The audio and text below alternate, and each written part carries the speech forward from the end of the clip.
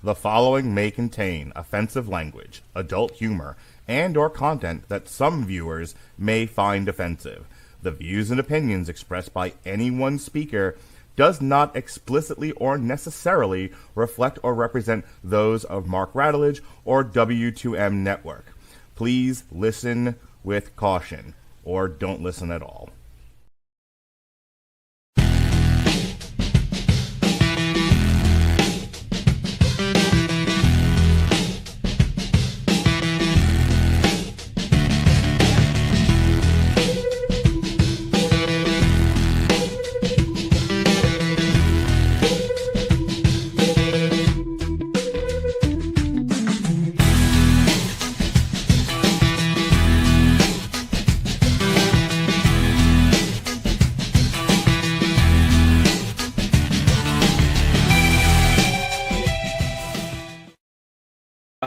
Yes, now we are back.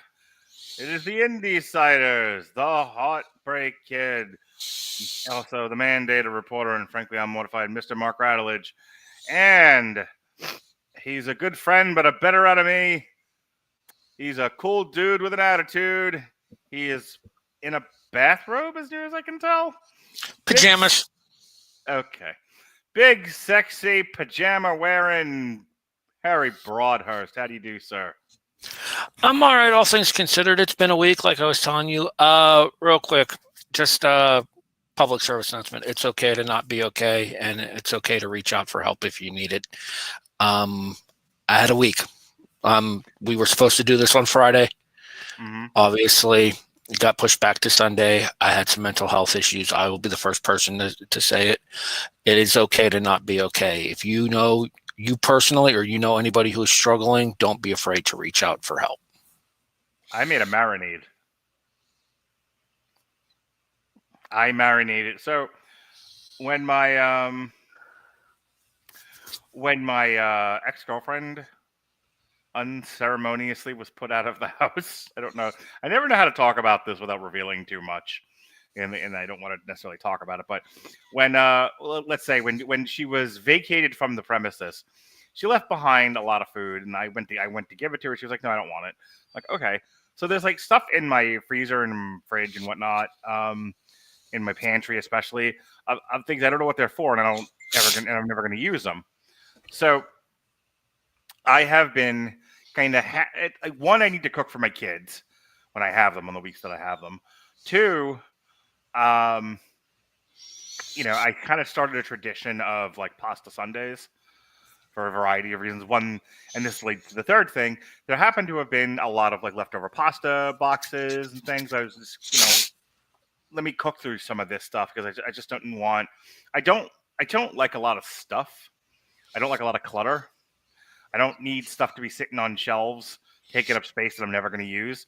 So I cooked through a lot of it. And that was like my inspiration for, like, I would just kind of pull stuff out of the pantry, things that I know I'm never going to use. And I go, okay, ChatGPT, here's the ingredients. So it was like a Top Chef challenge. It turned into Chopped. Yeah. I would just grab stuff out of my pantry and be like, all right, with these ingredients, make me a recipe. And they were like, you got it, boss. And I've had some, and between that and some stuff that I just kind of did on my own, out of my own wanting to do it. My son preferred that I like make tuna steaks more often than not. He really likes it. My daughter not so much. I'm with your daughter on that one. Tuna's not a steak. Oh my God! Shut up, you communists. Anyway, the point is, for the last couple of months now, every Sunday that I have my kids, I usually make like a very elaborate pasta dish. So the latest Top Chef challenge was I went into the pantry and I pulled a can of pineapples. Now, not that I don't like pineapples, but under no circumstances would I buy a can of pineapples. For no reason, not now, not ever. So I said ChatGPT, I was like, I have a can of pineapples. What's a savory dish that I can make with this? And they were like, how about like a savory chicken pasta deal? And I went, this is fantastic. So I kind of went back and forth with the ChatGPT, ended up doing like a bow tie pasta, and then I used the pineapple juice to marinate chicken thighs. And Pineapple chicken is solid. Yeah. So I did a marinade using the pineapple juice from the can of chopped pineapple. I used that as a marinade for my chicken thighs, and then I let it marinate overnight. And then I cooked the bow tie pasta, and I cooked up some peppers and onions, and I used a bunch of different spices. For the first time in my life, not only did I marinate something for the first time, but this is the first time in my fucking life I've ever used cornstarch to use as a thickener to make the sauce. So, and then when I was done, I used cashews as a garnish. And the feedback I got from the judges, who were my children, were my daughter was like, it's a little too spicy, but then again, I like everything bland. And I looked at my son and I said, son, don't disappoint me. And he said, father, he called me father. He said, father, I'm sorry, but I don't particularly enjoy the taste of cashews with my chicken and pasta. And I flipped the table over and I beat my children. Which brings us to pro wrestling, Harry Broadhurst. I thought we were having an actual moment here for a few moments. This is not the chicanery you've come to expect from the IndySiders. No, tonight we are talking House of Glory, chicken thighs. No, House of Glory, City of Dreams. Yeah. Quick pivot. Unfortunately, as we announced on the last show, it was meant to be St. Louis Anarchy's Gateway to Anarchy 2025. Unfortunately, St. Louis Anarchy is one of the few promotions on IWTV that doesn't immediately put their replays up. And by the time the replay was up, we would not have been able to do this podcast in order to be able to catch through, because the replay just got put up like late last night. But I would say between the two of us, we definitely have a small selection of indie shows we like to check in on. You know, we haven't done any New Japan yet, but I'm certainly willing to. And they always put on, especially if they're American shows, they're pretty interesting. They're worth checking out. You mean the New Japan Strong brand? Yeah. And then we've got the GCW. We've done a couple of their shows. In fact, I think when we started this, we started with the GCW show. We've done some No Hold Barred. We reconvene in approximately 2 weeks with the collective perspective. Yes, our annual collective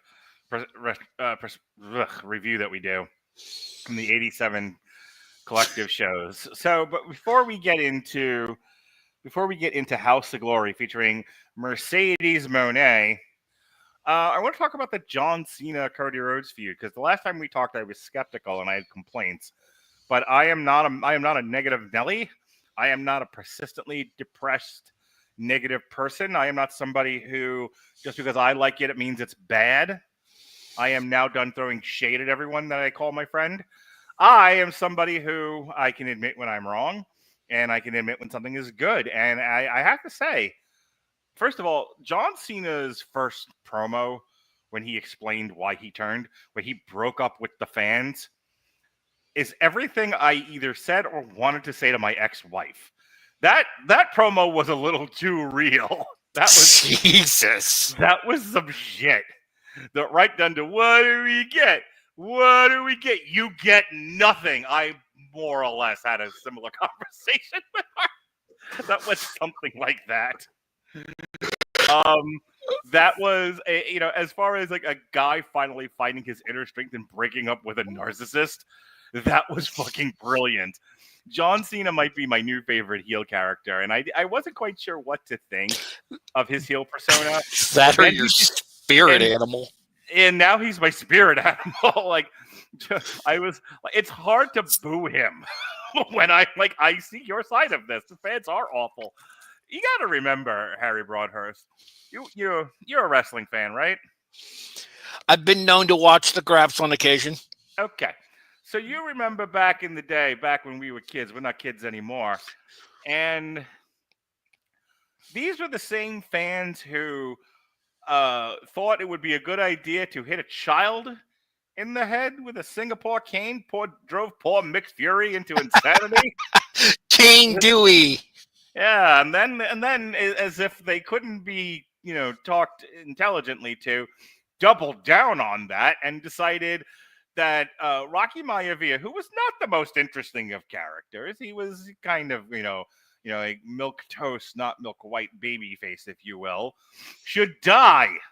He was so not entertaining. He was so not what people wanted. They just said, die, Rocky, die, and forced him into, the Nation of Domination, which is more or less. Meanwhile, WCW was pushing its own talentless Samoan named Prince Iaukea. I like Prince Iaukea. He got better when he had the Prince no ripoff gimmick, but as basic bland babyface 3,721, he was awful. All I remember is the broad he was with. Paisley, Charmel. Yeah, talking about I think it was Haku. Oh no, I'm sorry. I'm thinking of something different. When they were the one guy that they rebranded as Kiwi, and she was Alan Funk. Yeah, and she was referring to him as the Kiwi. The Kiwi. Yeah. Anywho, WCW loved their third person. They really did. The other thing I was thinking about was Haku when he had the pushed out afro, and they referred to him as Operation like Bared Hair Day. But anyway, so fans wishing death on people being a staple of pro wrestling, leading to John Cena saying, "I came out here," and again, I'm going to try to not project too much. "I gave you everything. I did everything for you. I just wanted you to like me, and nothing was ever enough. You treated me awfully. I don't need this anymore. I'm breaking up with you. You get nothing. Good day." And I swooned and fell over, Harry Broadhurst. It was a brilliant promo. So my only concern with Cena's promo was it felt very heel 101 at the start. Mm-hmm. Like it was kind of paint by numbers. Okay. However, him actually going in and referencing the fact that the new gear and the new music and everything that, what do we get? What do we get? What do we get? You get nothing. I will admit that did pop me because there are a lot of people who are anticipating that Cena was going to have new music. Cena was going to start wearing different custom gear. Cena was going to start coming out and acting a different. Cena's basic. It was going to be Darth Cena. Like you were going to get, like the best example of this was the girl who from NXT who came over.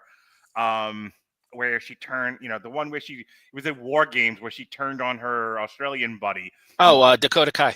Yeah, and like the next night, her hair was, greasy and slicked back. And we were referring to her as Darth Kai. I've always been a fan of Cap Coda, so. Okay, it's not a matter of being a fan or not a fan. It was she suddenly had this very different persona change. And it was just like the immediate tectonic shift in the character. No, I get what you're saying. That's my point. That's why I like what Cena's do. This feels more natural. Like this feels like I brought up Mick Foley. When Mick Foley did the King Dewey thing, and and turned on the fans in ECW, he didn't stop being Mick Foley. He didn't do anything differently. He was still being himself, but he was like, "You people are awful. I don't want you to like me. If you like me, I must be bad too." He just kept being himself. The anti-hardcore ECW run, which, by the way, if anybody's watching this, and I know that we're kind of way off the reservation here, but if anybody's watching this that hasn't seen the anti-hardcore Foley stuff from ECW, you owe it to yourself to do so. It is a masterclass in pro wrestling psychology. Yeah, but I think that's more of the arena in which John Cena is playing in.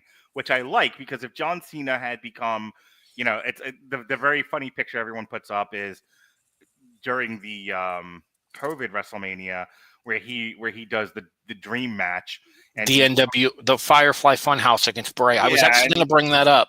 And he comes out in the NWO shirt. As funny as that looked, I don't want that, and I don't think it would have worked. I think what's even more hilarious is that they decided to do a European tour during all of this.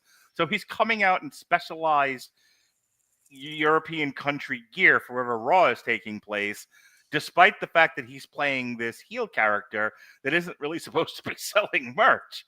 And I just think that's brilliant. Well, obviously, I think that the decision to turn Cena was kind of last minute. Mm-hmm. And that the merchandise was already made. So if it's made, we might as well try to sell it. Considering people buy heel merchandise, I mean, we're at a time and age in pro wrestling where babyface and heel doesn't matter in regards to merchandise sales. It hasn't for 20 years, Harry. People were buying the NWO merchandise when they were murdering guys in the ring and throwing them into that's because everybody with bats. Everybody loves a cool heel. Right. So again, I think there are people who, if you make a nice shirt that people want to wear and doesn't look embarrassing, then it doesn't really matter if your character's a bad guy or a good guy. Steve Austin was technically a heel when Austin 316 was a thing. Yes. The next night, the night after King of the Ring '96, The signs. yeah, the entire fucking crowd with Austin 316 signs, and like within like a day or within like a week or so of that incident, they had the T-shirt out there. By the time he wins that title, really by the time he switched face, which he never really changed characters. He just started fighting bad guys instead of good guys, which was what? I want to say WrestleMania 97, the match against Brett, the double turn. Yeah, I would say you're right about that because I'm trying to figure out like what the rest of his feuds were in '96. Mostly he feuded with Mark Murrow in '96 because I remember he had the incident where Murrow put him in the hospital at King of the Ring because of the errant kick.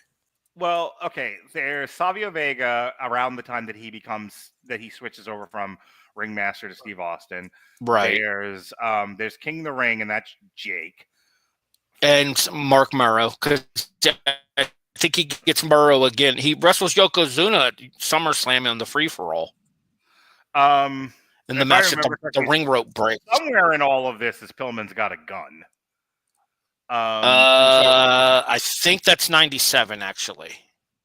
I got to go back. I feel like it was 96. Like, they were still doing...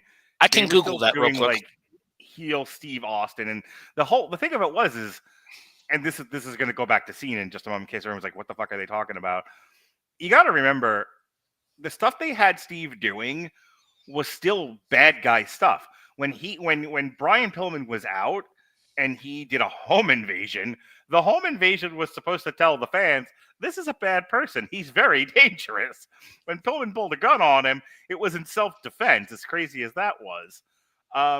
So as I recall, you are correct. It was 96. What I thought, like 96, because 97, he's doing the stuff with the Heart Foundation, which is where I conflagrated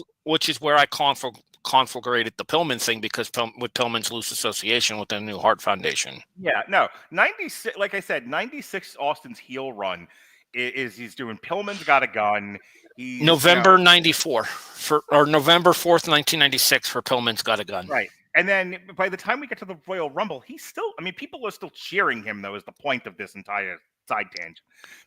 Despite the fact that he was a heel, despite the fact that he was doing home invasions, despite the fact that he's going to go into the Royal Rumble, get eliminated, and then promptly sneak back in and eliminate 3 other guys, causing the Final Four pay-per-view alongside of I've Lost My Smile. You can get away with selling merchandise and being a popular heel. Steve Austin showed the template for it, as did the NWO. That's what makes that whole era of wrestling stand out to me, was it was really the beginning of like the merchandisable heel, the kind of the fans' choice in terms of like who's getting merch, who's getting opportunities. Like I know that the sex pervert, we don't really want to give him a lot of credit. Get out of here, you rapist.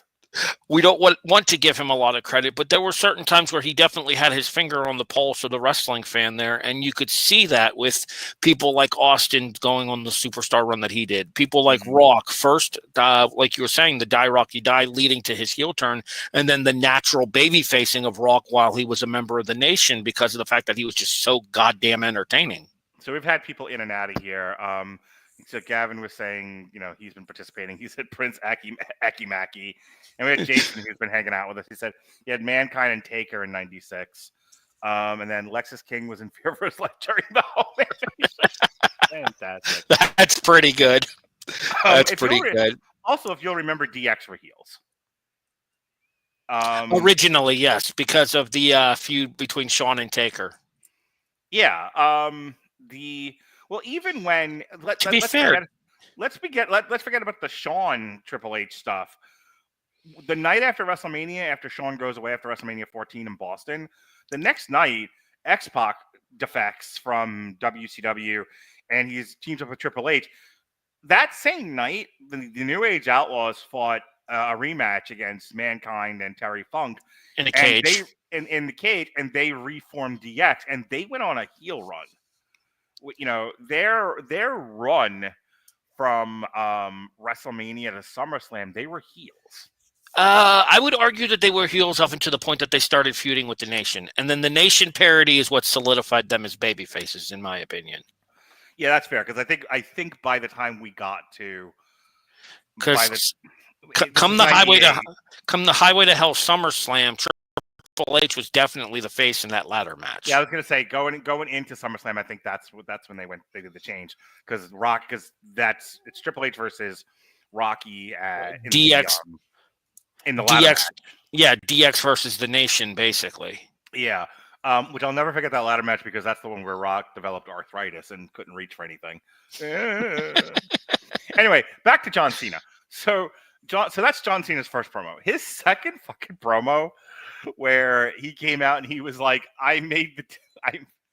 this one was not nearly as strong a promo, but I enjoyed it because he brought up the spinner belt, and he was like, I turned your precious title into a toy. You know, and he did a whole thing on that. This last one with Cody Rhodes was better. So, like, the first one was excellent. The first one touched my heart. The second one with the spinner belt, I was like, meh, all right, whatever. More of the same, but not as good. The third one, when he went after Cody, he was like, I've never had to leave to get people to like me. You had to leave. I'm like, he's not wrong. No, I don't disagree. He definitely needed to escape the abyss that was Stardust, because obviously Stardust was going nowhere fast. Well, look, the people that leave, they leave because of Vince. Ultimately, a lot of times, you know, they leave because Vince. You know, it's the Razor thing. You know, Razor very famously talked about, is there any way, basically, can I be champion? Can I be in the main event scene? And Vince was like, no, I don't see you that way. I see you as a solid upper mid card guy. I see you as a guy to put other guys over. I don't see you as the guy, as the guy in this company. And he was like, that I will go elsewhere. Whether or not they see me that way, they're certainly going to pay me that way. And fuck you and the horse you rode in on. And the way that Vince looked at Scott Hall is the way that a lot of guys get looked at. Cody Rhodes was one of them. So you have to go elsewhere. Let's put it this way. AJ Styles was looked at that way before he came into the company. He had to look at what AJ Styles had to do, and it wasn't the TNA stuff that got him into a place where Vince would accept him. New Japan. It was his New Japan stuff. Yeah. So a lot of these guys, they have to go elsewhere, you know, as JR says, learn a new hold, and then come back, and now you're a star. Well, I would argue that AJ was made the night that he debuted at the Rumble, and the crowd reaction to him, too. Well, that certainly helped, yes, but they had to sign him first. They weren't willing to sign him until then, and they weren't willing to sign him until his New Japan run. Well, technically, they tried to sign him when WCW went out of business, and he turned them down. He'd have been another Stardust, though. He wouldn't have even made it to that level. He'd have never gotten out of developmental. Yeah. So I've been talking a lot. What have you thought of the three promos? So my issue is with regards to the most recent one here, and this is the one that I'm going to choose to focus on here. Okay. And I'm seeing more and more of it here is the thinly veiled shots at AEW that are coming across here, similar to like when AEW does it with the thinly veiled shots at the WWE. Number one doesn't care about number two. Mm-hmm. You know? I don't know. Like I get that was always a Vince thing, and it came from the philosophy of people will. This is about making money, pal, and the way to make money is to create exclusivity. Pretend they don't exist. Yeah, there's no way. They can't do it anymore. Not since the internet started.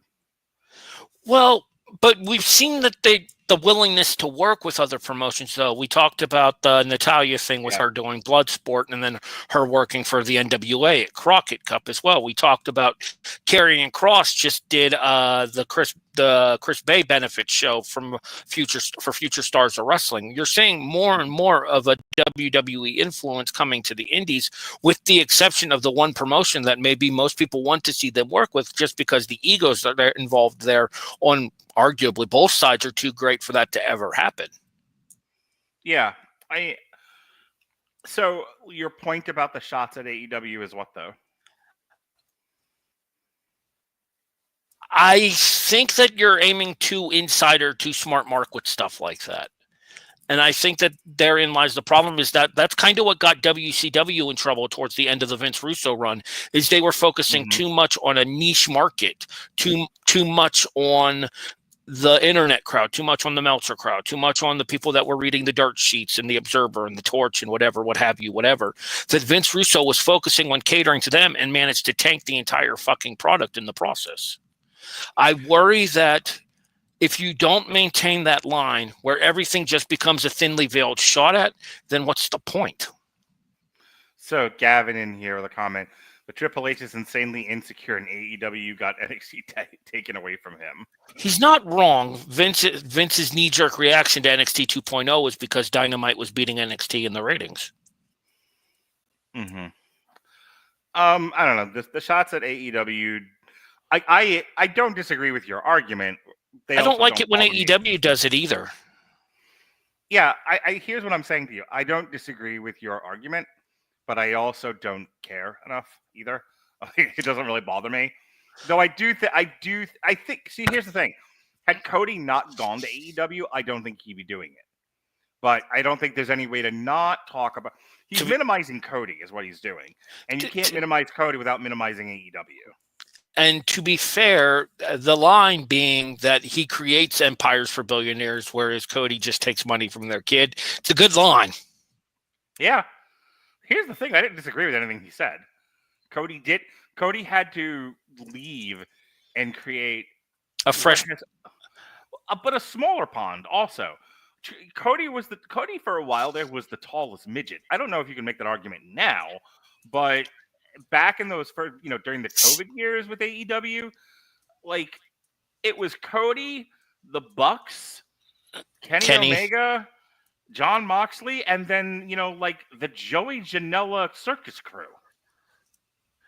I mean, I don't know if Hangman Page would appreciate being called a circus member, but I didn't know. But I mean, I guess you would. I guess if you had followed kind of if you didn't really follow New Japan and you really didn't know a lot about the Young Bucks and the people that they would have on their internet show, you didn't know who Hangman Page was.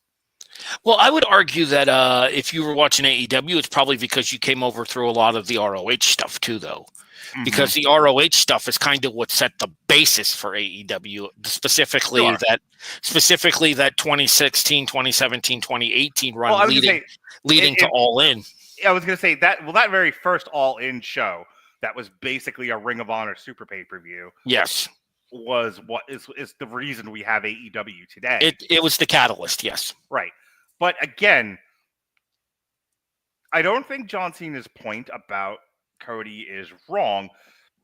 Cody got to be the champion in a promotion that was small and just starting up, and there's a tendency I think in pro wrestling fans to think that the rest of the world knows what the fuck it is they're looking at and talking about. The world, when people think of mixed martial arts, they say UFC.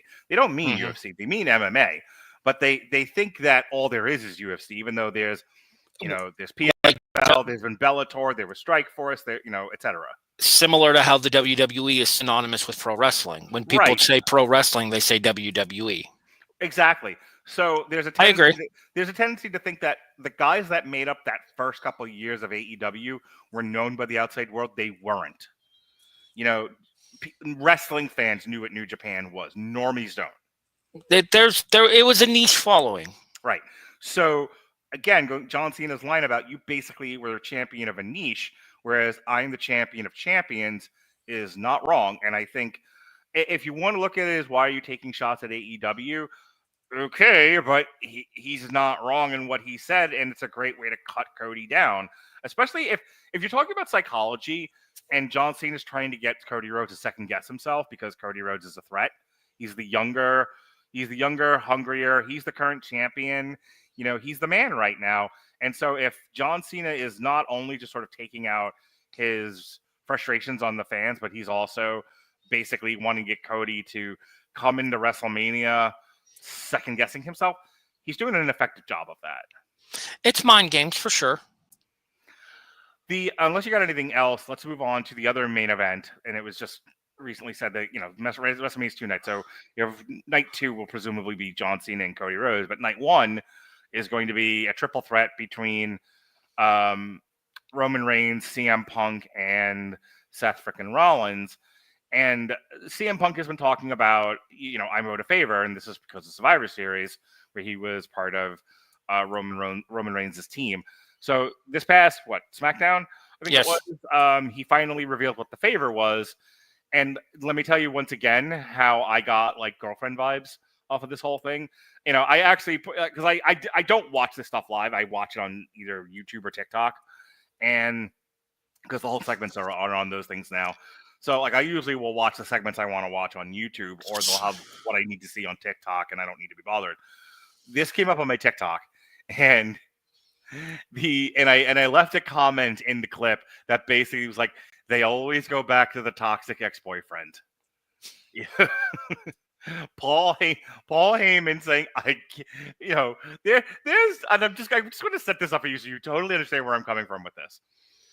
There's Roman Reigns, and he's got his pretty little girl. He's got his pretty little girl named Paul Heyman, and he's like, I'm the guy that treated you well. I'm the best. I love you. I care for you, and we are a thing. And then here comes toxic ex-boyfriend. He was like, well, I was you first, and I think you should be with me instead.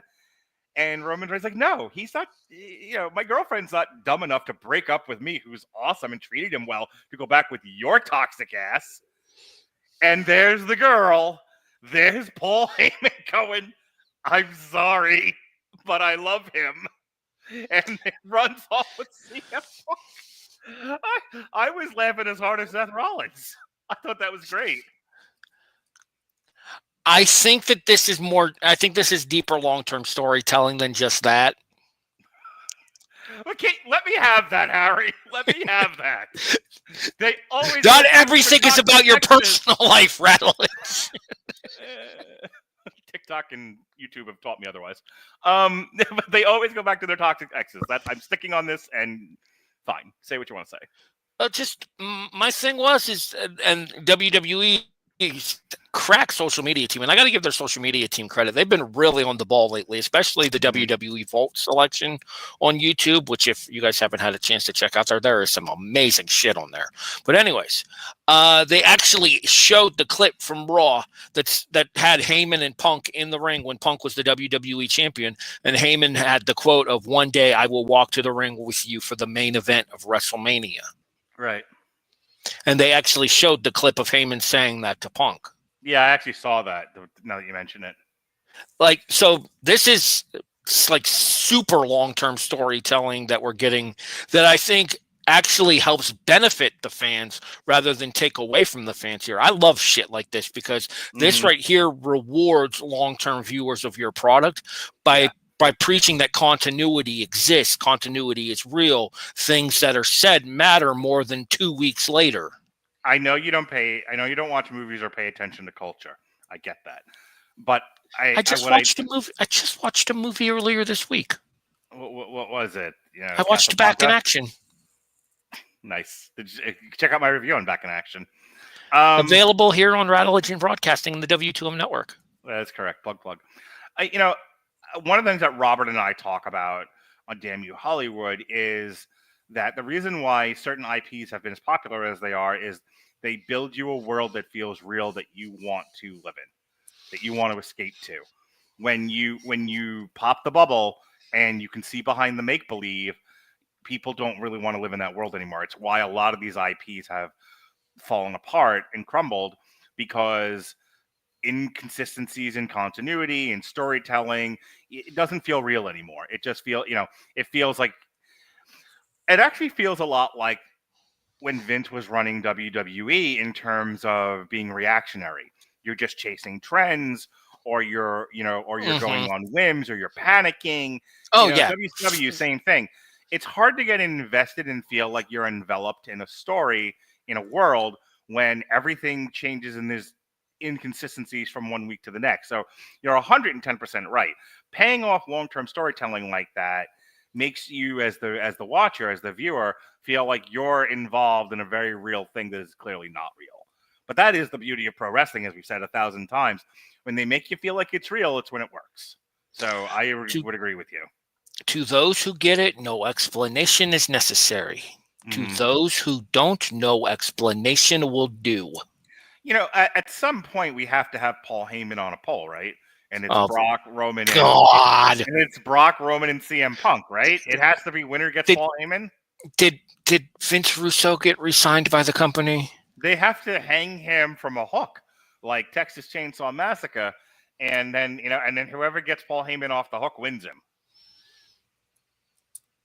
Seriously, this is okay. Sorry, I'm distracted. Pay attention to this show, Harry. My silly nonsense. I'm not putting over Paul Heyman on a pole. We are not Vince Russoing in. No, hang him from a hook, and whoever takes him off the hook. Oh, we might as well just put him on a forklift, WCW style. I'm all for this.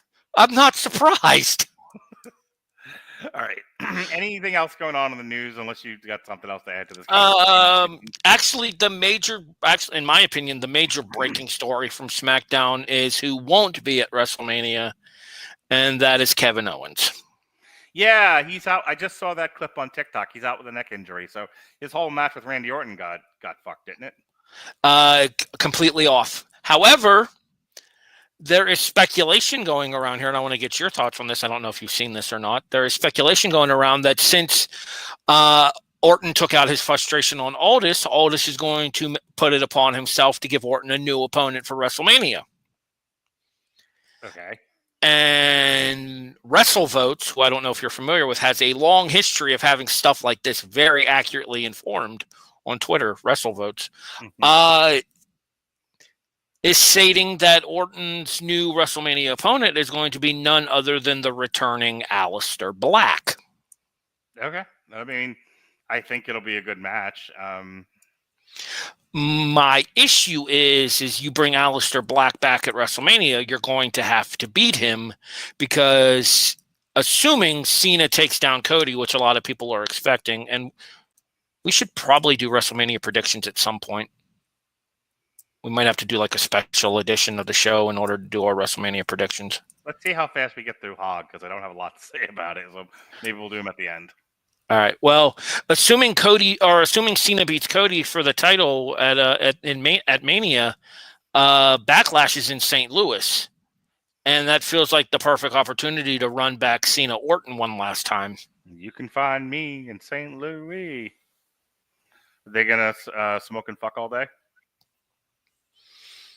I don't get that reference. You suck. It's Nelly. Nelly. The only thing I know Nelly from is the Longest Yard remake with Adam Sandler. It's a great movie. It really is. You can find me in St. Louis. Go look up some of Nelly's music. Nelly. Okay. Anywho. HOG, City of Dreams, was House of Glory. Was March 15th, 2025. It was a pay-per-view in New York, at the New York City Arena. That's what it says here. Jamaica, Queens, I believe, is the official location that they announced on the broadcast. Yeah. So I have Cage Match, the Internet Wrestling Database. So I will just read from this the way that it has it listed here.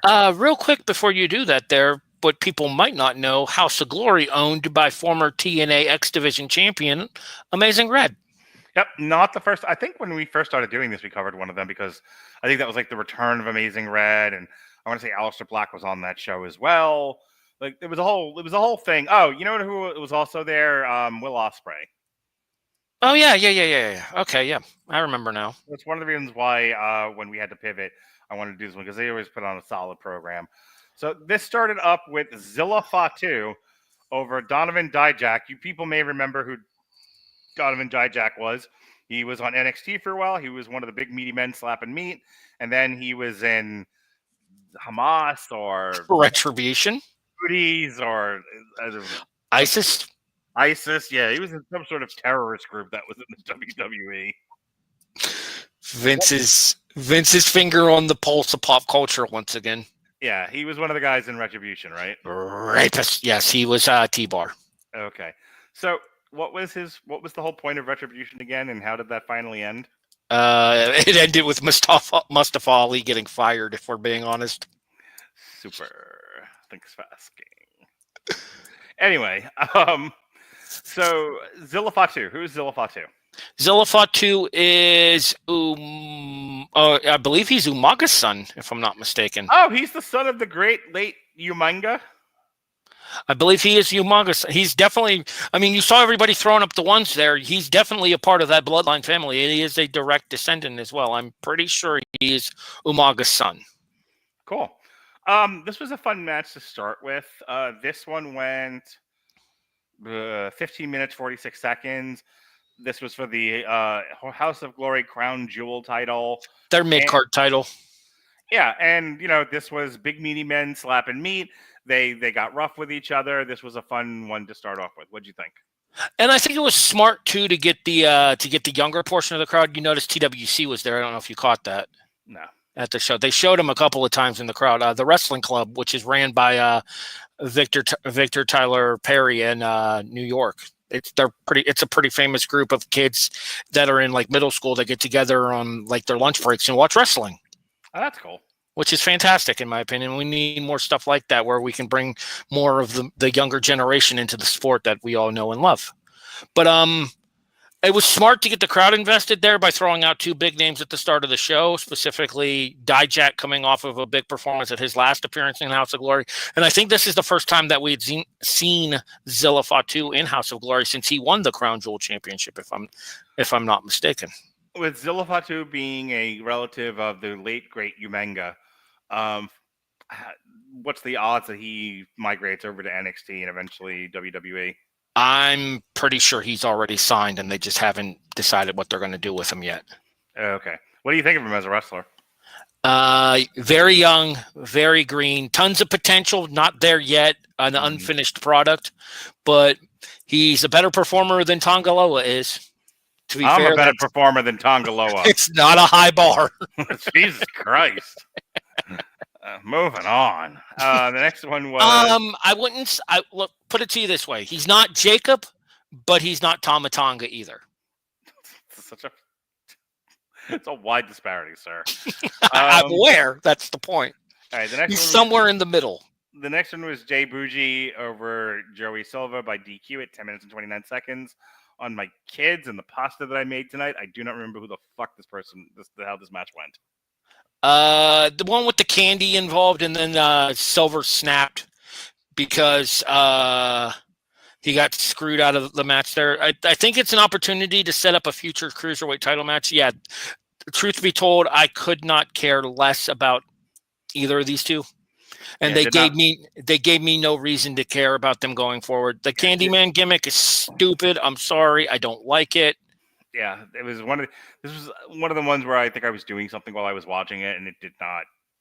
Yes, Gavin Napier is correct. Zilla's also spent a lot of time at Reality of Wrestling down in Houston, which is Booker T's promotion. And Reality of Wrestling is one of the WWE ID schools, which should tell you exactly the career track that Zilla's on.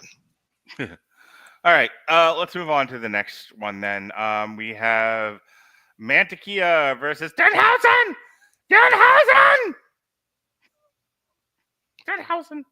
I'm cursing you. This was fun. Danhausen's a crowd favorite. People love him. He's such a comical character. He's one of these guys who thank God there's an AEW because he'll never.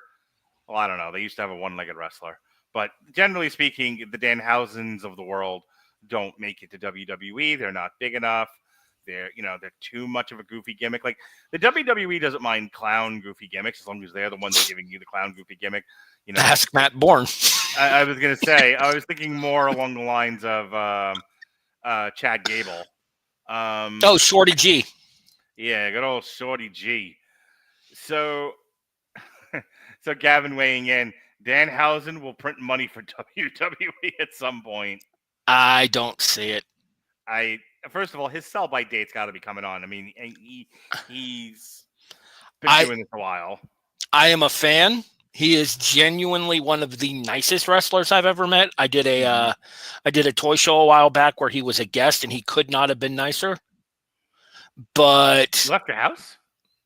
I know. Or did they do the toy show in like your living room? Like they just kind of like walked in and show like, And I just started displaying figures at random. Okay. We're doing props again. Don't get me started. Anyways. He could not have been nicer. I think the problem for Danhausen is there's a certain level of size required for believability in the WWE, and he is not anywhere near that threshold. How did Chad Gable get by then? The fact that he's a former Olympic wrestler. Okay, so if Danhausen had been an NCAA wrestler, yes, he would have had a chance. He would have had a chance. Okay, he would have had a chance. If Danhausen in the same gimmick had been in the Olympics or the NCAA, nah, he'd have still been fucked. Okay. So Gavin in with the hot take. He's FOP and he'll be perceived as hurting AEW whether he does or not. Banking on Triple H's penniness and Danhausen is a non-wrestling attraction. So Gavin tapped into something that I was thinking about with Danhausen. It took me a second there to figure out what FOP meant. Friend of Punk. Yes. I think they would bring one. Yes, I think anything to take away any attraction from AEW, they'll take it. And then I think if they make him kind of a manager type, he's kind of, in the later years, Spike Dudley role or a Hornswoggle, something along those lines, a manager that can work, I think he'd be fine. Leo Rush. I mean, he's basically Leo Rush sized. Yeah, really. Fucking midgets.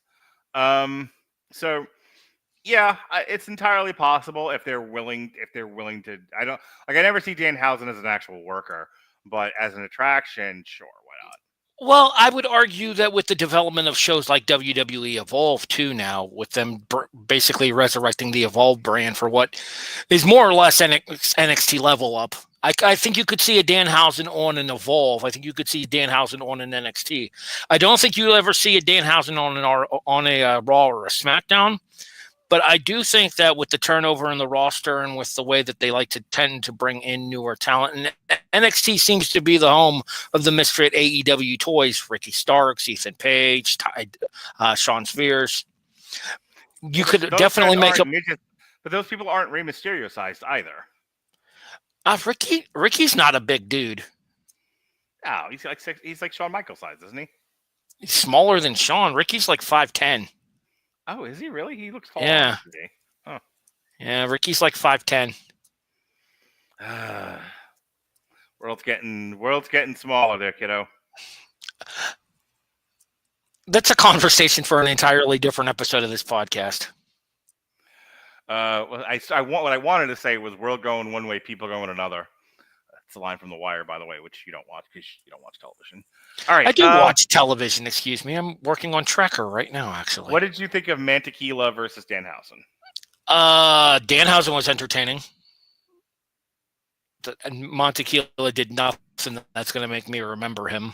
Okay, well, Gavin, and to be on point here, pretty sure Ricky is short, is what he meant to say. He meant Pretty Ricky. One of the nicknames on the Independents for Ricky Starks was Pretty Ricky.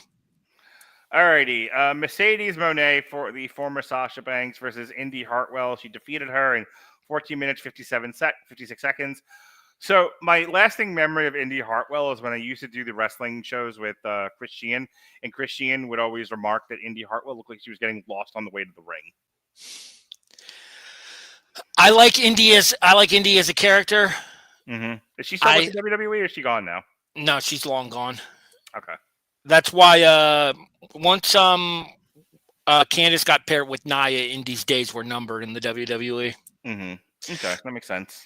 Indy's good as a supporting act. Indy is not a star, in my opinion. Is she still like awkward and klutzy? Well, you saw the match with Sasha or Mercedes. Old habits die hard. Yeah, that was like wrestling a very large bag of sand. Gavin in with another comment. JD got kicked off commentary for this one, didn't he? Yes, he did. And frankly, he shouldn't have been allowed on commentary in the first place. Can't stand that motherfucker. All right. Like I said, Sasha Banks did her best. Of the 4 horsewomen, Sasha Banks never really did anything for me either. Gavin refers to her as, and we'll never forget this because it was a very funny Gavin line. Gavin always referred to her as Roger the Alien.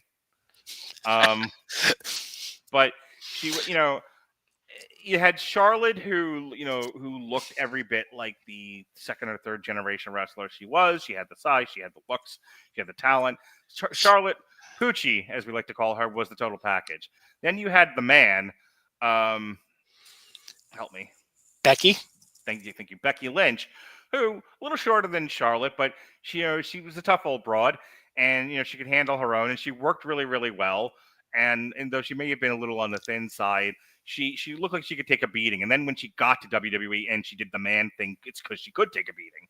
So you had two, you had 1A and 1B of good-looking, strong women. And you had Bayley, who had size on her. She was a cutie. She had earnest. She had the fan support. She had everything that nobody else had. So Becky actually talks about this in her book. Mm-hmm. Charlotte had the pedigree. Bayley had the personality. Becky had determination. Sasha had finesse. Sasha was all about swagger. I would say Sasha had a personality, and I think more personality than any of the 3 of them. But that's all she had, because I don't think she's a good worker. I never thought she was a good worker. I think she got by on being Snoop Dogg's cousin. I think she got by on some people thinking she's attractive. She had kind of a tiny, hot body, but what she created was a persona that people could buy that wasn't in any way backed up with any kind of physicality. She was another one of these skinny kids who kept on getting fucking injured and then wondered why she wasn't going further than she was. So there are a lot of things that I could criticize Sasha about, her personality being one, the fact that she's an unbearable cunt at times. However, in-ring ability will never be something that I will take away from her. I think she's the worst of the 4. I strongly disagree. I think Charlotte's the worst of the 4 in terms of in-ring You're ability. out of your fucking mind. Look, I understand people don't like Charlotte, but that's crazy talk to me. And Charlotte's definitely the worst promo of the 4. Okay, that's not what we're talking about, though. No, is it? But I disagree with you. I don't think that Sasha gets the credit that she deserves for her in-ring abilities. I'm not going to sit here and say that Sasha's like the greatest women's worker of all time, but I think she's criminally underrated in the ring.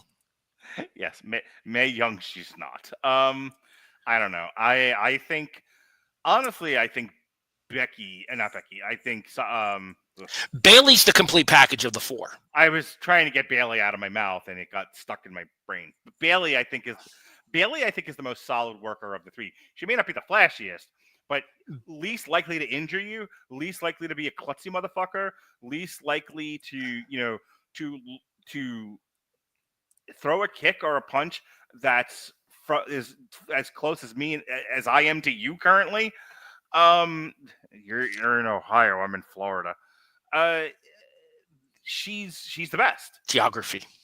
And I think Charlotte and Becky are close, but they're not as good as her. And then you have Sasha who's a deep 4th. I don't think that Sasha's 4th. Okay. That's a conversation we could definitely have on another episode here. Here, Indy Hartwell's not great, and Sasha's not good enough to carry not great. That's fair. I do think that Sasha shines against better competition. Yeah, so what's the word Steve Austin used where he's just like, cinch it up for me, when things are too loose? There was a lot of holes in this match. Everything looked a little too loose. Everything was a little too klutzy. Everything was very awkward. And I think Sasha was trying her best, but there's only so much she can do with a giant bag of sand. Yeah, I like Indy personality-wise. Indy's stuff in the way in NXT, her stuff with Dexter Lumis was fucking hilarious. Mm-hmm. They were fantastic together. I'm gonna do one of my classic Jim Cornette-isms. We're not making movies here, pal. You still have to be able to wrestle. And while a lot of these people put on good, sketch comedy performances, they could not carry it in the ring. Are we about to quote Bruce Pritchard here? And then the bell rang. And then the bell rang. Yes. I don't disagree when it comes to Indy Hartwell. I like Indy personality-wise. She's fantastic. She's hilarious both in person and on Twitter. However, her in-ring abilities never backed up the personality that she had outside of the ring. I will agree with that. I do think that honestly, I think being attached to her in NXT and on the main roster actually kind of held Candice back a little bit because we know what Candice is capable of. All right. Then there was an hour and a half break. Oh, speaking of which, for a moment, no, yeah. Can we talk about the fact that the fucking graphic was up at the start of the show for 20 minutes before they actually got to any goddamn ring action? Yeah, I don't understand that because this was on demand. No. That's what I'm saying. Like I can understand if it was like late, like we were late tonight, so the graphic for us was up for not 20 minutes, but it was up for a little bit. Like I understand sometimes, especially when you're live. Sometimes shit happens. Production issues. Yeah, shit happens. Look, we're this rinky-dink podcast. There's been Damn You Hollywoods that started late, but I had hit the live button and then something happened. Like I get that. This was on demand. Are there no editors? Cut that part out. Exactly. And one of the things that we talked about while I was watching the show is I thought the graphics team and the video team for House of Glory was fantastic. It looked incredibly professional when they weren't at intermission or before the show started, because that is some of the biggest time-wasting bullshit that I have ever dealt with on an independent wrestling show. Yeah, 20 minutes before the show started. There's a runtime on this show on Fight of 3 hours, 32 minutes, and 40 some odd seconds. The live feed for the show does not start until 18 minutes into the broadcast. That is inexcusable for an on-demand feed. I've never agreed with you more on anything we've ever talked about. Once you're like watching it live, whatever, like I'll accept, it's annoying, but I'll accept it. But once you've resubmitted it for on demand, all the extraneous fat needs to be cut out of that show. It should start right away. There should not be an intermission. What the fuck do you need an intermission for? You can pause it. Like, what are we doing here? Then that is one thing where I will give credit to IWTV for. Their editing staff for after their live show replays goes is amazing when it comes to stuff like that. They get stuff up super quick and they edit all that extra stuff out. The downtime in between matches. They're clearly not editing. That's the thing, is they're letting the stuff, like, you could have watched this live. IWTV does that. No. I'm saying that like for Triller or whatever the company is now. It used to be Fight TV. It used to be Fight. Yeah, they're clearly not doing anything with these things. Like they're airing them live, and then once it goes off air, they're just storing it in the archive. They're not doing anything with them, which is bullshit. And that's the problem. Whereas IWTV is the exact opposite. And that's why there was a couple of day delay for St. Louis Anarchy's Gateway to Anarchy to be put up on demand there, because they were cutting out the downtime. They were cutting out the entrances and stuff because they don't want to have to deal with the musical rights and stuff. So that's no bullshit. You fade out from the last match right into the next match, unless there's a hype package for the match, and then you go right to the hype package instead. There's no downtime on IWTV on their on-demand replays, whereas Fight TV is fucking horrid about it. GCW still has a bunch of their intermissions left in for their old shows. Yeah, it's fucking ridiculous. All right. The main Absolutely event, agreed. The House of Glory Tag Team title versus Career Best 2 out of 3 Falls match. We skipped a match. We skipped a match. Not according to this. There was a match. Oh, wait, no. Sasha was first match of the second half. Yeah, like I just went back and checked it. This is okay. My mistake. Career best 2 out of 3 falls match. The main event of Jay Lyon on Midas Black defeated the cold-blooded killers of Jay Armani and Nolo Catano and Raheem Royale for 33 minutes 52 seconds, and there was a title change. So yeah, this was they long ripped the ring up. Yeah, this went on forever. They ripped the ring up. They hit each other with everything. And any one of these things could have ended the match. None of them did. I think at the end, one guy shot the other, and he kicked out. Then one of them, shot a bazooka, and he kicked out. And then there was an earthquake, and they kicked out. And then the cavalry arrived, but he kicked out. And then the dam broke, and he kicked out. And then finally, the Earth blew up, and we went to a time limit draw. Anyway. So I actually like the main event. I think that Jay Lyon and Midas Black are a really good tag team. Yeah, the best part of the Colt... I kept thinking they were the Dudley Boys. Huh? I kept thinking they were the Dudley Boys. That was the point, hence the Circus Boys tie-dye shirts. Okay. The best part of the Cold-Blooded Killers wasn't in attendance. And it's somebody that we've talked about multiple times here on this podcast, Charles Mason. Oh, okay. But that's because I believe he was booked for MLW the night that this show happened, if I'm not mistaken. Okay. Or it might have been GCW, actually. Either way, I know he was booked elsewhere. I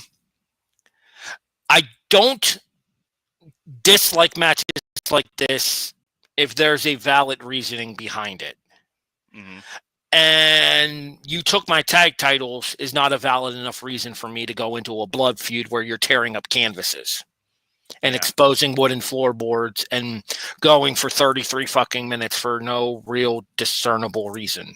It almost feels like they do these things because they feel like, well, it's the main event and that's what you do. And it was somebody used to complain about this. Might have been Triple H, where it was like, we're doing stuff because that's been the trend. That's what we're supposed to be doing, but nothing says you have to, and it should only be if it's warranted. It shouldn't be compulsory. We did skip a match. We skipped Private Party.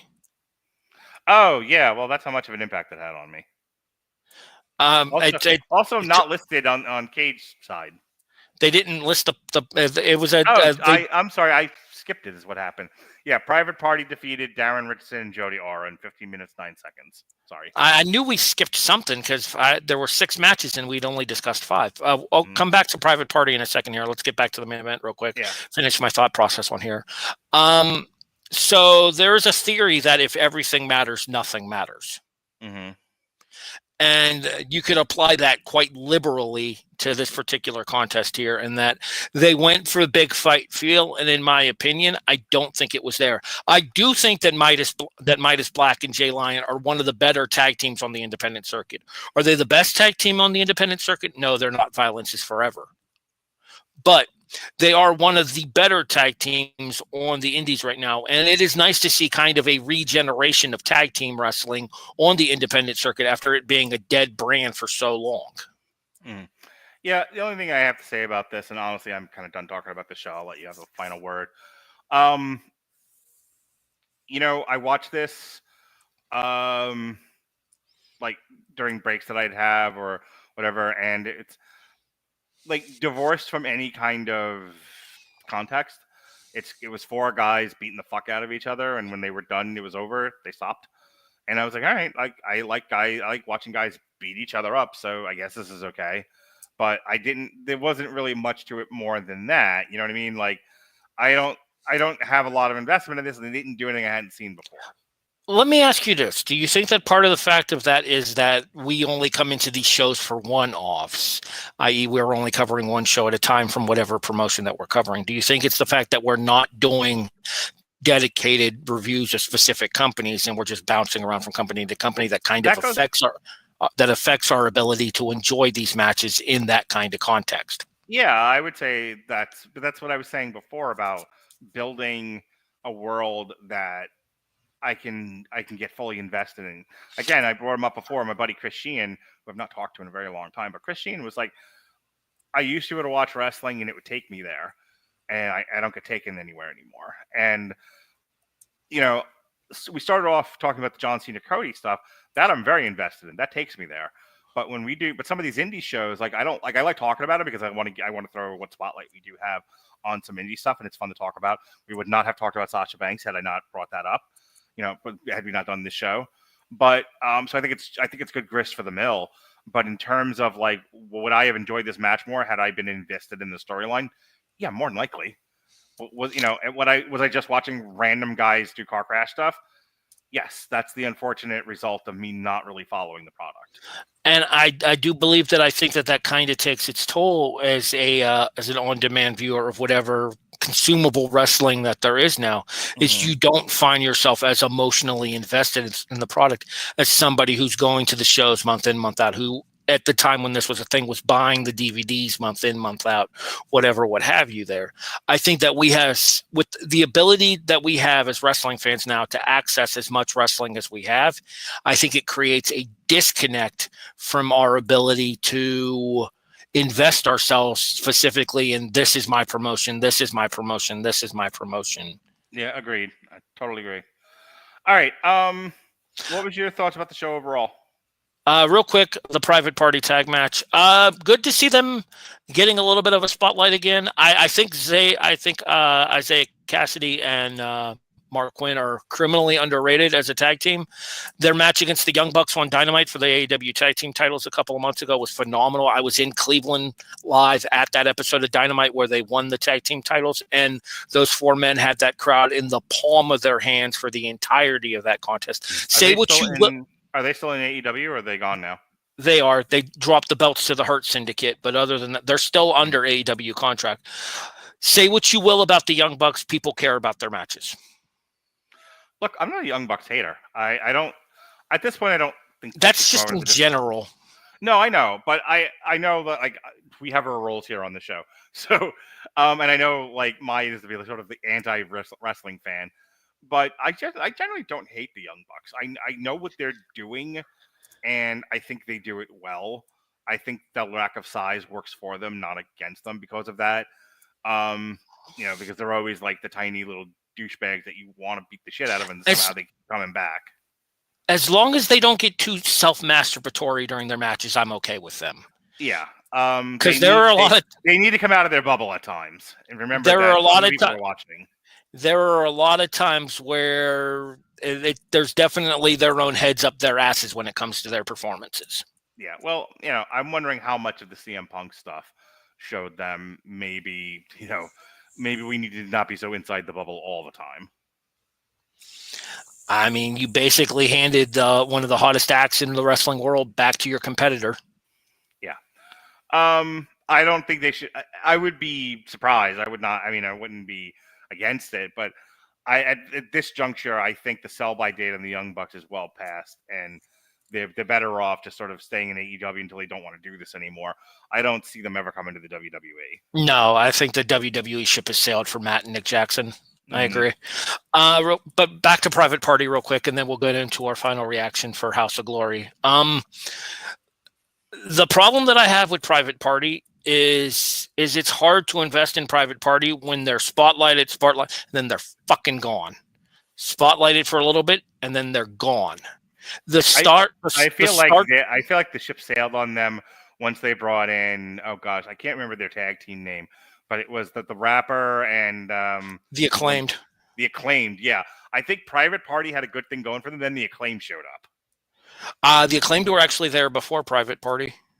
Either way, but Private Party. I remember they focused on Private Party first, and then they focused on the Acclaimed. I think that the fans found themselves more invested in Caster and Bowens than they did in Cassidy and Quinn. Yeah. Well, God, it's hard to not be invested in Max Caster. He's so fucking funny. Speaking of which, they actually never mind. I won't tell you. You'll have to watch it for yourself. Okay. The pre-show for Dynasty. Which is happening right now, as a matter, or Dynasty, the pay-per-view is happening right now. Yes, all right.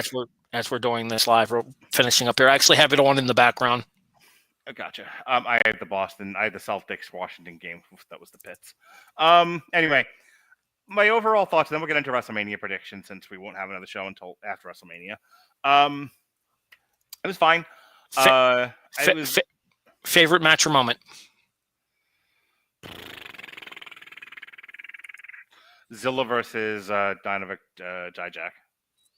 Okay, I'm going to go with getting a chance to see Danhausen again, back in Danhausen's natural form, having the ability to connect with an independent crowd, to work the Danhausen gimmick, because he's been basically persona non grata in AEW for the last 6 to 8 months. So getting to see him back performing again, getting to see him doing what he loves doing, and especially after the personal tragedy that him and his wife suffered, it's good to see a smile on Danhausen's face.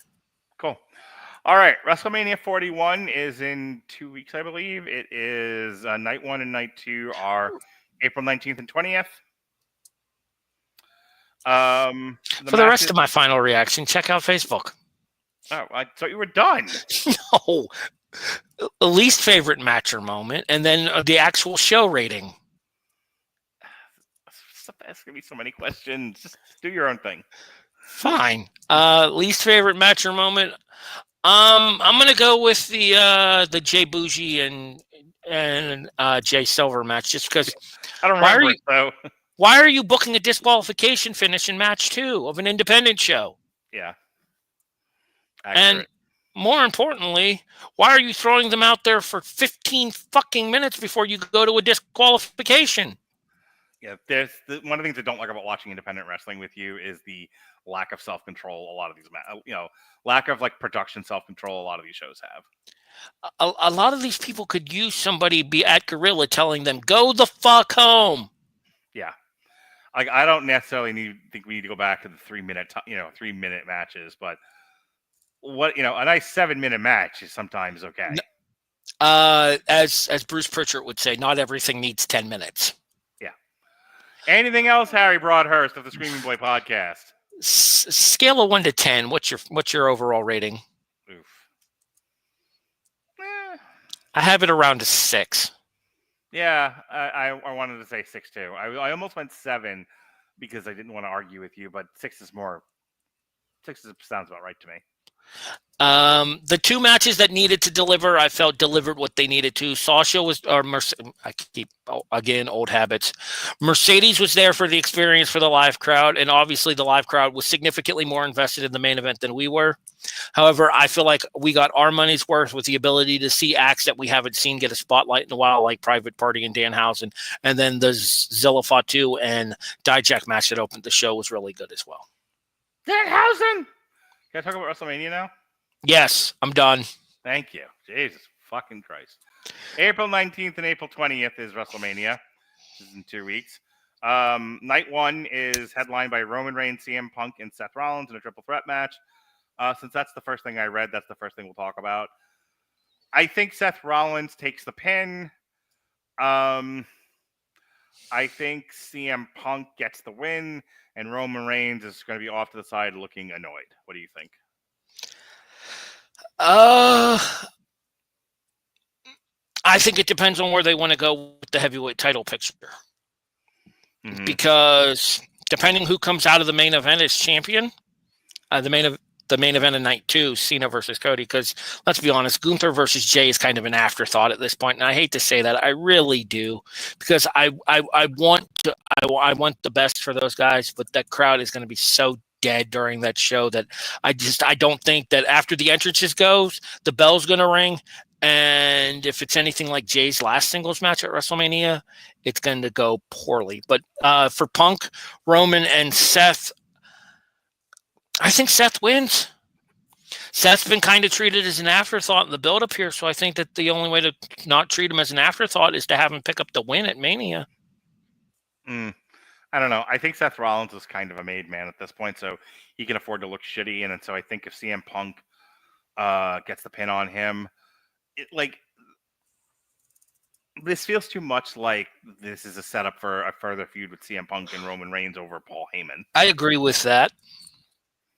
I also think that Seth's kind of in there as a proxy figure for the guy who they can't put on television right now because of his relationship with the previous owner.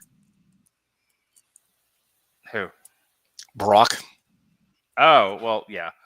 I figure, well, that's what I was saying before. At some point, we're going to get Roman Reigns, CM Punk, and Brock Lesnar.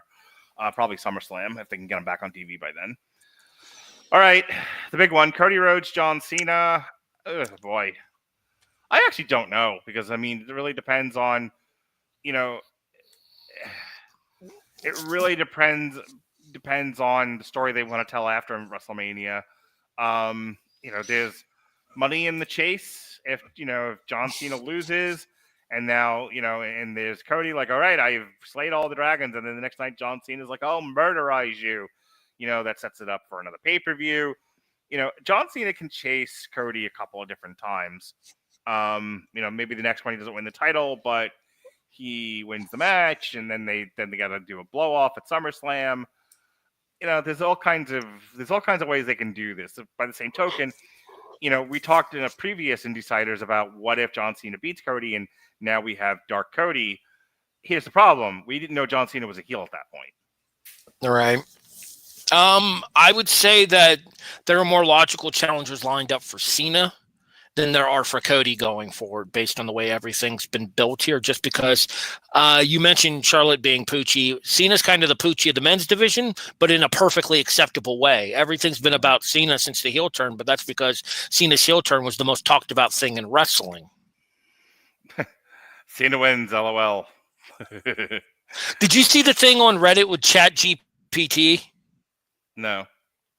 Booking the night after Mania, and then like the opening for Raw is a blank screen, and then Cena wins, LOL pops up on the Titantron as Cena walks out. I would mark so hard. Like the general consensus in the comment section was this needs to fucking happen. Yeah, for sure. All right. My official prediction is Cena wins, LOL. All right, and then we have Tiffany Stratton versus Charlotte Flair. I think Tiffany Stratton ends up winning because I think you should put over the young talent. That's what the old talent should be there for. It's nice that you say that, but consider who we're talking about here. You say that, but I mean, I feel like who was Rhea excluded? Who was the last person Charlotte put over? Oh, God. Yeah, exactly. Bailey, maybe. Besides Rhea, who's the last? Exactly. So again, Davin with a Tiffany should win. I'd watch Raw for the first time in a decade. Yeah, I would definitely have it on in the background. Tiffany should win. Charlotte will win. I'm going to go ahead and say it's Tiffy time. I'm going to get a Tiffy I time hope shirt. so. I'm going to get Tiffy time shirts for me and for my son and for my daughter, and it's going to be Tiffy time at the Radulich residence. And I will also point out that whoever posted the picture, it got shared in one of my group chats. Ludwig Kaiser, the first man ever to be accused of cheating, and no one believed it. All right, next one, Gunther versus Jey Uso. Jay, but who gives a fuck? I think Gunther retains. I hope so. I like Gunther, but speaking of Poochies, with all due respect to Jey Uso, I don't buy him as a world heavyweight champion. I love the fact that he is connected as well as he has with the audience. I love the fact that he is the younger generation so invested in him. I personally do not buy Jey Uso as a heavyweight champion. I agree with that. I've never bought him. I don't know what I mean, I do, but I've never been amongst the people attracted to Jey Uso. Io Sky versus Bianca Belair. Versus Rhea Ripley, because that's going to end up being a triple threat. Okay. And Rhea wins. Yeah, then I would say Rhea wins. I would agree with you. AJ Styles versus Logan Paul. I think because there's nothing on the line, Logan Paul wins. See, I would say AJ here just because I don't think AJ's really ever gotten a marquee WrestleMania victory. Yeah, and he's not getting one this year either. This has got Logan Paul's name written all over it. See, I think with Cena coming out, if Cena comes out as champion there, then there's a history that you could go back to with Cena and AJ. There's a history you could go back to with Randy and Cena. There's a history that you can go back with. Yeah, absolutely, strongly disagree. Especially since he just signed a new contract. If you're going to address it, you have to read it.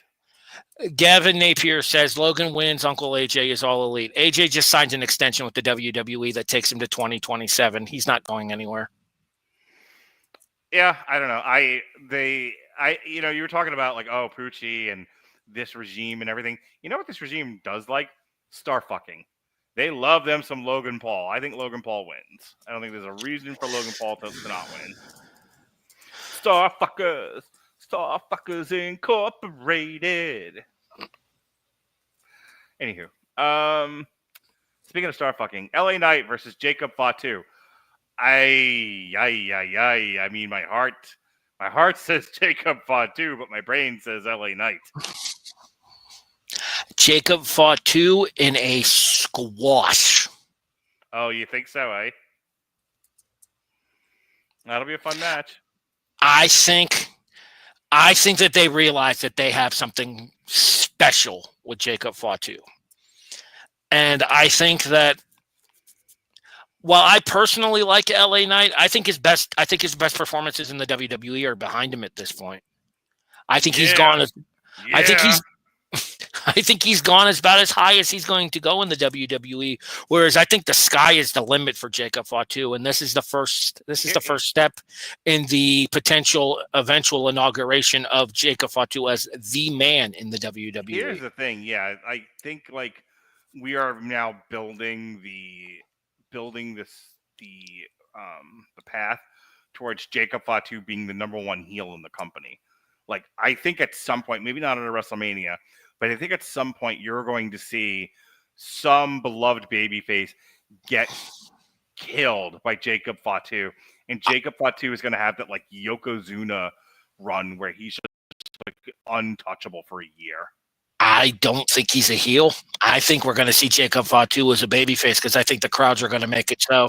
Maybe, but I think it's like I said, that Yokozuna type, or when Roman Reigns was a heel champion, like that kind of guy where he's just a monster, and they keep sending all of these white knights to go get eaten up by Jacob. I think I know the WWE has always done this sort of thing with like their good guy champions, but I feel like they're going to take a page out of the old NWA playbook, and it's going to be heel Jacob Fatu, just like they did with Roman Reigns for over a year. The only thing that I could see potentially derailing a Jacob Fatu victory is if they decide to go into the Jacob Fatu Solo Sikoa feud from here. And I think that it's as much as I appreciate the work that Solo has done since he's come up to the main roster, and I actually really enjoyed Solo on NXT as well. Well, I don't think anyone thought the Jacob Fatu thing working out as well as it did. Yeah, Solo finds himself horrendously outclassed by Jacob. Yeah. I think they always meant for this, crazy fucking felony-ridden indie guy to kind of come in and just be a heater, and then, oh no, he fucking surpassed them. It's like, yikes. Oops, we don't know what we had. All of a sudden, this dude's more over than most of our roster. Yeah, with good reason. He's fucking awesome.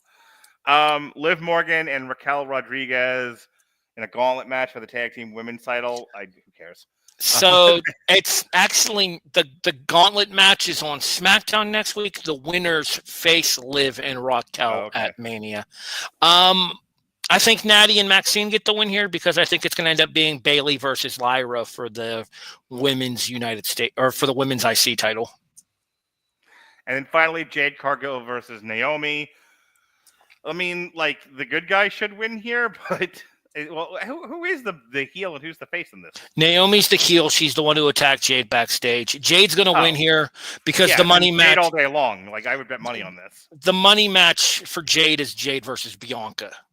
Yeah, for sure. We talked about that the last show. All right. So I think Naomi's there as a body. I will say this much. Did you know this is the first ever non-stipulated women's match in WrestleMania history? Awesome. All right. Well, that yawn means I'm fucking tired. I'm glad we went early tonight. So that is our IndySiders show. That is our review of HOG, House of Glory, City of Dreamz. We'll be back in 2 weeks or so. 2 weeks from this Wednesday, we will be doing our recap of the entire GCW, the collective series of shows over WrestleMania weekend. Official petition to call the episode The Collective Perspective. Sure. So that'll be in a couple of weeks. Tomorrow on Damn You Hollywood, we will be reviewing a Minecraft movie, which is fun. Just saw that with my kids today. It was nice to see a movie that didn't seem like it hated its audience. Nothing Tuesday or Wednesday as near as I could tell. Thursday, I will have, we're back to doing regular triple features again. Black History Month is now over. We will have on, who are these people? Dorian Price and Sean Comer, who hasn't been with us for a while, in theory. We'll be looking at the hard body movies, the movies that set off the hard body craze of the 80s, by looking at the actual hard body movie, 10, starring Bo Derek and Dudley Moore. and spring break.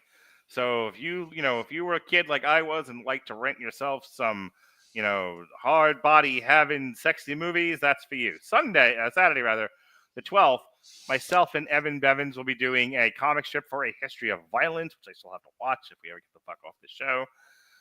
Sunday, myself and Jesse Starcher, we're going to be reading 3 Joker comics and reviewing them for your listening pleasure. Joker Killer Smile, Joker Presents a Puzzle Box, and The Joker War. A week from tomorrow, we are reviewing Warfare. Alexis and I are reviewing The Bear Season 3. And then we've got starting, WrestleMania weekend kicks off with our review of The West Wing, Season 4. Topical. Yes, sir. All right, Harry. What do you got going on, if anything? Tentative plans to bring back Bad Brackets. A show that I do hosted by Randy Isbell, R&R Sports Report. You guys may remember him and Robert Hagan from the R&R Sports Report. Myself and my good friend Eric Watkins are semi-regular panelists, and we basically bracket fight everything. One of the very first episodes is going to be in your house pay-per-view matches, which I'm looking forward to being a part of because there were some bangers on those in your house shows. There absolutely were. Those were, especially before they got rid of the in your house thing entirely. That last year or two, like 96, 97. There was some good shit. In Your House actually ran all the way to February of 1999. Oh, did it really? I didn't think they kept the In Your House thing. The branding name for St. Valentine's Day Massacre was In Your House St. Valentine's Day Massacre. Oh, it was? Okay. Then yeah, that's right. And that was a great one. I'll never forget that one because that's the one where the Big Show came up through the mat and everything, and then and then he the bit with the cage and Steve Austin going wee, and not to mention the absolutely brutal last man standing match between The Rock and Mick Foley as well. That's right. That was that show. Yeah, we're fucking. I know it was the Royal Rumble where The Rock brained Mick Foley to death, but I don't. They did a miniature version of that during the last man standing match as well. Do you remember the halftime heat where Mankind won by pinning Rocky with the via forklift? Yeah, with the pallet.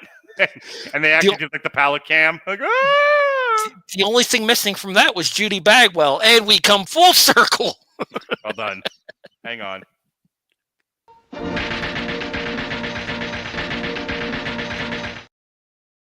Alrighty. Well, folks, that seal means it's time to go. I have a movie to watch and an interview to prepare for. For Big Sexy Harry Broadhurst, I'm a sleepy boy. Be well, be safe, and behave.